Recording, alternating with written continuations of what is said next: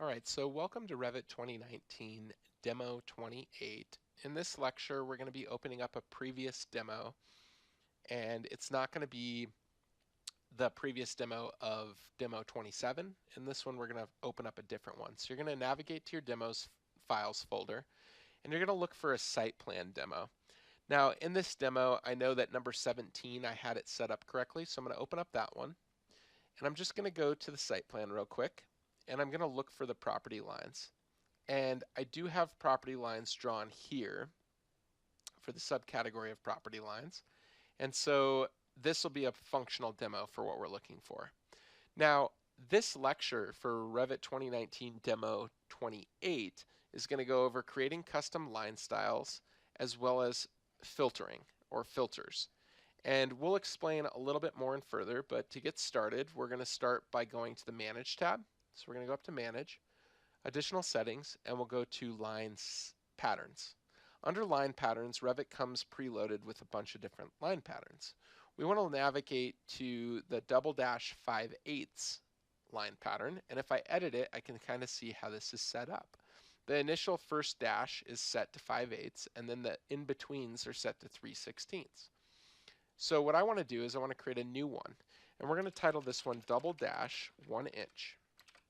For ~1 inch, we want to set the first initial dash, space, dash, space, dash, space. So we'll have a total of 6.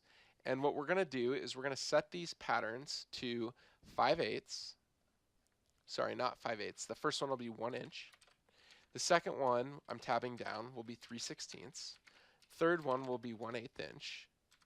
And the fourth one is 3/16. Fifth one's 1/8 inch. Space for the sixth one will be 3/16 inch. I'm going to hit OK and hit OK. So I've got that new line pattern set up. And now I want to apply the line pattern to a new line style. So if I go to Manage, Additional Settings, Line Styles, I'm going to create a new one. And I'm going to call it 1 inch by 7 weight prop line. And I could technically call this property line, but for now I'm going to call it that, and it's going to go in. I'm going to set the line rate projection to 7, and I want to change the line pattern to be that double dash line that I created, ~1 inch, not 3/8. And I'm going to hit Apply, and I'm going to hit OK. You now have a custom line style. So what we want to do is we want to hide the topography. So we're going to hide that category, and we're going to adjust the line styles of this particular line weight. So we want to go to Modify. So we're going to go up to the Modify tab, and then we want to go to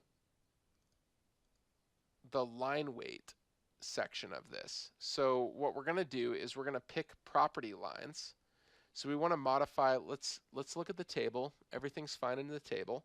What we want to do is override the line weight of a property line to be functional of the correct subcategory. So what we could do is we could go to Manage, Additional Settings, Line Styles, go to the bottom, and find property lines. I don't have property lines in here, but I do have this new value that I've created. So what I can do is hit VV, go into property lines, which is an annotation category. So we're going to look for property lines. And under property lines, which may also be under topography. So if I go to Model Categories, Topography, I now have my different lines. So I'm not seeing property lines, so I'm going to look for those. So we're quickly just property lines, segment tags. We're looking for different lines. Let's drop down our lines category. So there's model lines. And I'm just navigating to find my property lines, how they're displayed. So if I go up to P, I don't have property lines. If I go to topography, I also don't have them, but I do have them selected here.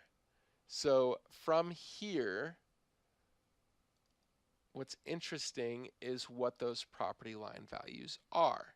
Now what I could do is I could turn this off entirely. So I could just hide and view this category of property lines, or I could leave it on. It's up to you. and we could trace them. So what we're going to do is modify, and then from modify, I'm looking for line work. So I found the line work command, and I want to choose the 1 inch by 7 weight property line. So what I was doing was I was navigating to the property line from the site to look for what value the property lines were, but they're not actually on there. But what I could do is I could come in here now, select those, and then pick the property lines. And as I pick the property lines, it's going to update the line work to match the correct line weight that I associated. So that's what's happening now. So when I hit property lines, that line weight is now associated correctly to the line weight section under the modify tab, which is right here. View line work overrides the line style for a selected line in the active view only. A different line style can be used to emphasize certain elements in a drawing. To restore the original line style to a changed edge with the line work tool active, select by category in the line style drop-down list, then select the edge. So selecting this value, I can then change it based on whatever it used to be. Now, I assigned this line style and created that line style. So I created the line pattern, created the line style, and then I applied it through the line work tab. So we're done. We've updated that value of that property line.